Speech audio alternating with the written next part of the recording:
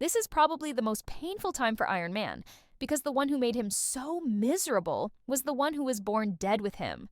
They even cooperated with his father's killer enemy to kill him. Just before that, Tony had just watched a great video. His father is Hogwarts, who was stabbed to death by the Winter Warriors, and his mother was strangled to death. What made Tony more painful was that Captain America had known the truth for a long time, but he never told him. However, because of his old thoughts, Tony did not want to kill Captain, so he just used a trick to stop him from stopping his revenge. Tony was going to shoot a Winter Soldier, but he didn't expect his iron arms to be too strong. Even when he wanted to launch a missile, Tony was hit in the head. The base was shaking because of the explosion, and everything was destroyed. A frame of iron fell to the ground and hit the armor of the killer. At this time, Captain America gave the signal to Bucky to run first, while he stayed in the middle of Iron Man. Steve broke Tony's underfoot armor, making him unable to fly. When he saw the enemy was about to escape, Iron Man immediately launched a missile to block the way. He quickly flew up and controlled Bucky. But just then, Captain America shouted again. All three people fell to the basement during the explosion. Continuous attacks made Iron Man lose all patience. He started hitting Steve. Bucky also joined the battle by holding Captain's shield. Under the siege of the two, Tony was beaten terribly. However, he still found a chance to turn on Captain. Only Bucky was left. The pressure on Iron Man was reduced, but the opponent was also a super soldier, enhanced with blood, so it was not easy to deal with. Bucky found a chance to aim at the reactor on the back of Iron Man's armor, but Tony quickly launched a beam of energy, completely destroying Gata's armor. Seeing Bucky lose the battle, Captain once again rushed with the shield straight towards Tony. After being suppressed by continuous blows, Iron Man began to fall into a weak state. In terms of pure muscle strength, Steve clearly outperformed Tony a lot. Even Friday also warned that he could not win this duel. Luckily, Tony integrated the battle analysis system into the armor. After scanning and analyzing Captain's shield, the system automatically provided a suitable counter strategy that allowed the armor to automatically counterattack in close combat. Even though he was beaten to a pulp, Captain America still said that he could fight like this all day. At this point, Bucky was losing Iron Man's attention. Steve immediately had a chance to attack. Tony fell to the ground, then hit him continuously. After breaking the armor, he decided to take the opportunity. He did not want to risk his life, but chose to destroy the reactor on the back of the armor, causing Tony to lose the ability to fight. After that, he helped Bucky get up and left together. At this point, even though he was beaten to a pulp, Iron Man still said to Captain that the shield was made by my father. He did not deserve to use it. Captain America also felt uncomfortable, so he firmly threw the shield and left. From then on, the two biggest pillars of Avenger were officially broken. But not only them, the entire superhero team also began to crumble. The interior was torn apart, and everything was based on one agreement. Once Avengers stopped the terrorists, they accidentally blew up a nearby building, killing countless people. This action has angered the global public. Even the King of Wakanda publicly opposed Avenger. The US government was forced to gather superheroes, although they have repeatedly risked protecting humanity in the course of their actions. They also caused unimaginable losses. For example, the war in New York caused a terrible loss. Then came the war in the Washington government building, where 3 warships flew into the air and crashed, killing countless people. The worst was the war in Sokovia. The whole city was blown up and collapsed, not knowing how many families were broken into. To prevent a similar disaster, 117 countries around the world have jointly built a larger document called the Sokovia Agreement. The content is very clear. Avenger members or signatories from now on must obey the United Nations or withdraw. Live like a normal person. Although the whole team immediately fell into a dispute, the most surprising thing was Tony Stark, who never followed the rules. He was the first to agree to sign the agreement and accept all supervision, because he thought that without rules, there could be no order. And this is the best way to erase the public's anger. However, Captain America, who always kept the rules, strongly opposed, because he thought that once he was under control, Avenger could very well become a tool in the hands of powerful people, taking the initiative to be in the hands of the trustworthy, and the only person he believed in was himself. That disagreement was the core that led to the internal turmoil of Avenger. Then, at the United Nations conference in Wakanda, when preparing to announce the Sokovia Agreement, the next moment, a terrifying event happened. The terrorist had publicly announced that the bomb had dropped on the king of Wakanda. King T'Challa vowed to avenge his father. Very quickly, the surveillance system identified the attacker's face. Unexpectedly, it was the younger brother of Captain America, Bucky Barnes. But he affirmed that he had been hiding for a long time and had never participated in any terrorist attack. Although Bucky had not fully recovered his memory, Steve was still unable to trust him and decided to help him escape. But the next moment, a surprise bomb flew in, quickly covering the floor. Right after that, a group of professionals came, but they were not at all the opponents of the two super soldiers. Bucky quickly fled and ran to the border to escape. But just then, a sudden flash of light appeared from behind, and it was Black Panther who was tracking to avenge his father. The Black Panther was also a super soldier reinforced with magical grass and equipped with a massive vibranium armor. Bucky quickly fell into a frozen position and was forced to run away. T'Challa used a stick to cling to the wall and chase after him. The U.S. team also intervened. 3 people ran at a speed beyond the car. Bucky stole a motorcycle to escape, but before he could go far, he was crushed by the Black Panther. Just then, Captain drove an Audi appeared in time to rescue him. He was waiting for T'Challa, but in the end, all 3 were surrounded and captured by the Special Forces. Bucky was locked up in a special military prison. Tony Stark came to meet the government for a deal, asking Steve to sign an agreement to control. But Captain still firmly refused, making the conflict between the two sides deeper. Meanwhile, Bucky was being evaluated psychologically, but in the middle of the interrogation, the building suddenly went out of power. The psychiatrist turned out to be the real Mule. Han took out a notebook and read Bucky's memory activation keys.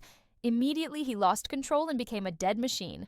When the U.S. captain and Falcon arrived, Bucky had completely lost his mind and defeated all the other soldiers.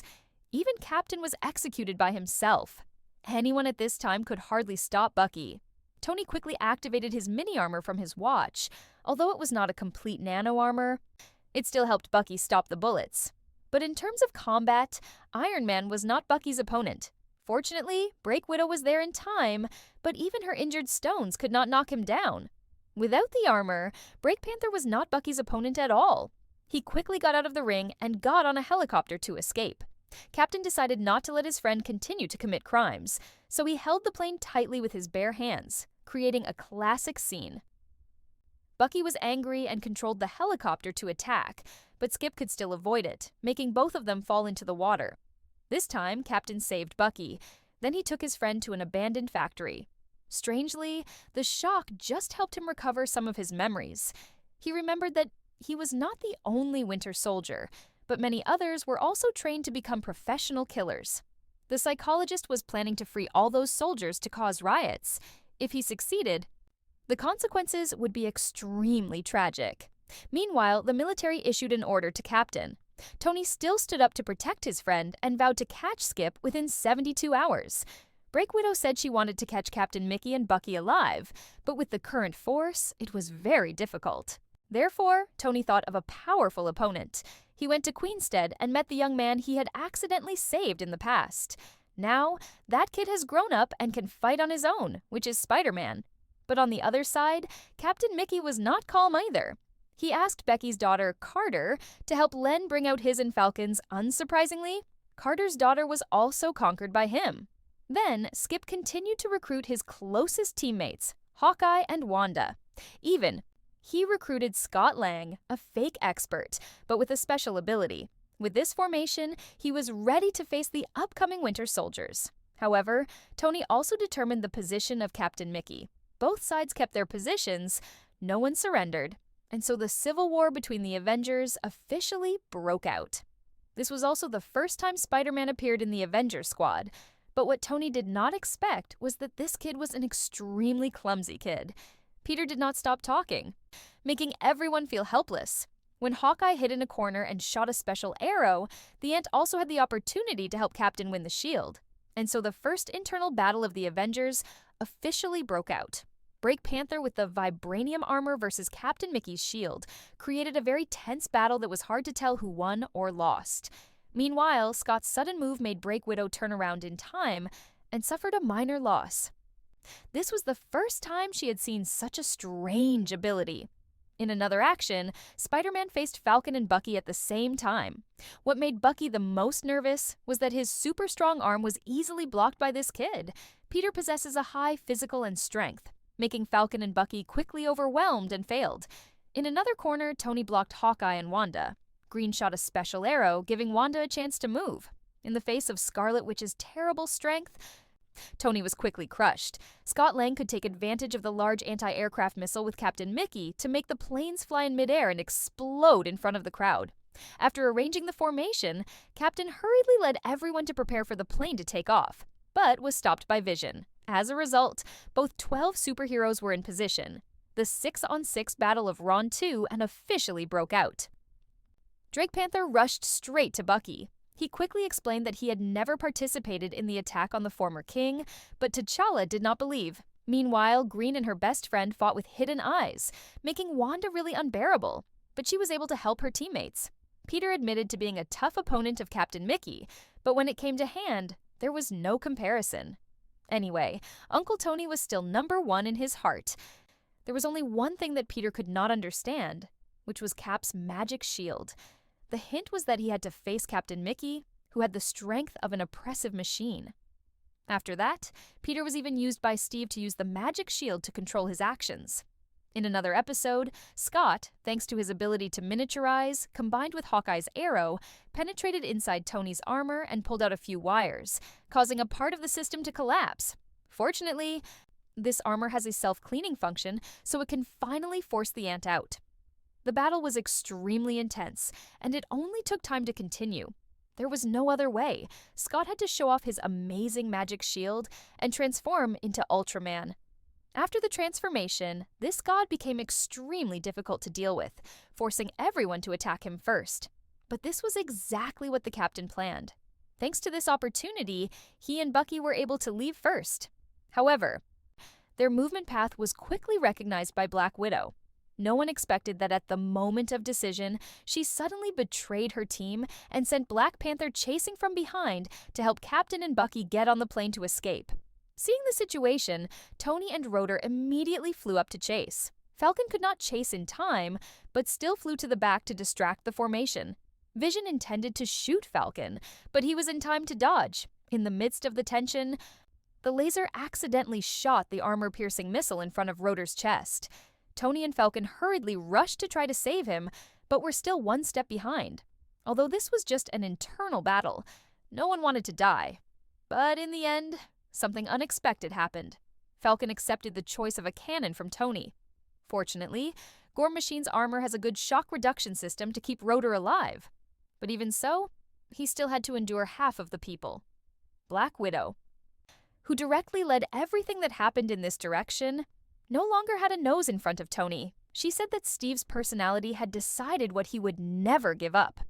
Instead of continuing the internal battle leading to irreversible consequences, let him act more freely. Tony also understood her thoughts. He himself was also trying his best to minimize losses, just that their methods and ideals were not the same. But now, because of Black Widow's treacherous actions, the United Nations has officially appointed Captain America. At the same time, Tony received a message from his AI steward. The content shows that the narrator has made Bucky lose control as a psychiatrist named Zemo. He used to be a special agent of Sokovia and is clearly another victim of that battle. Now it's about revenge. More importantly, all the evidence indicates that Wakanda's death killer was just a fake Bucky with a biological mask. At this point, Tony just realized he may have misunderstood Captain and knew he was falling into Zemo's trap. Realizing the dangerous situation, Tony hurried to Falcon, who was being held in the Rafid prison. After listening to the analyst, Falcon also decided to trust him and reveal the next destination of the British captain. Despite his left arm still injured, Tony immediately put on his armor and flew to support him. But he could not imagine that this trip would become a nightmare for him.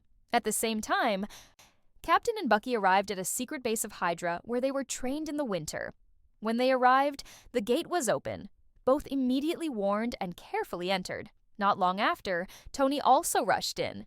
He said that now he knew Bucky was just a victim of manipulation. The one behind him was Zemo. He was definitely prepared. Therefore, all three decided to face the enemy together. But they didn't know that Dread Panther was also secretly watching. The most surprising thing was the scene in front of them. All the soldiers who had been frozen in the winter had been shot to death, as if it had just happened not long ago. Right after that, Zemo appeared in a quarantine room with anti-aircraft glasses.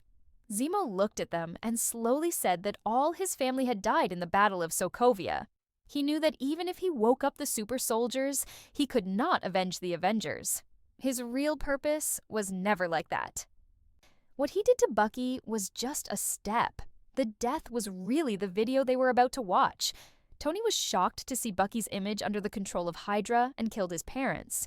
But what made him the most concerned at this time was whether Captain America knew about it before or not. Just one sentence I know, symbolizing Steve's gentleness, made the whole world in Tony like a half collapse. At this time, he was no longer concerned about his old friend's love. Today, he had to avenge his parents. So the battle between Tony and Bucky's team broke out. Standing on the position of Captain America, he also felt extremely powerless. But maybe if he had explained clearly to Tony, this tragedy would not have happened. As for Zemo, he didn't care who won and who lost. For him, the Avengers were split from the inside. His goal was accomplished. Now he just wanted to avenge his family. However, Black Panther appeared to stop him. Seeing that everyone was jealous of Chamberlain's will, he realized that he didn't want to be like that. So he decided to give up his revenge and give Zemo for justice. At the end of the film, thanks to the technology from Stark Industries, Rotter had hoped to go back. At this time, there was an old man outside who brought a letter to Tony. Inside the letter was an apology letter from Steve. He admitted that this accident was due to himself being too stubborn, leading to today's situation. This hatred will forever engrave deep in his heart. So, if one day Tony needs help, he just needs to use this phone to contact. At this time, he took Bucky to Wakanda. Bucky understood that his existence only brought irreconcilable confusion, so he begged Black Panther to help him sleep to avoid more accidents. After that, Captain secretly broke into Rafid's prison to rescue his teammates. This is also the end of the superhero war.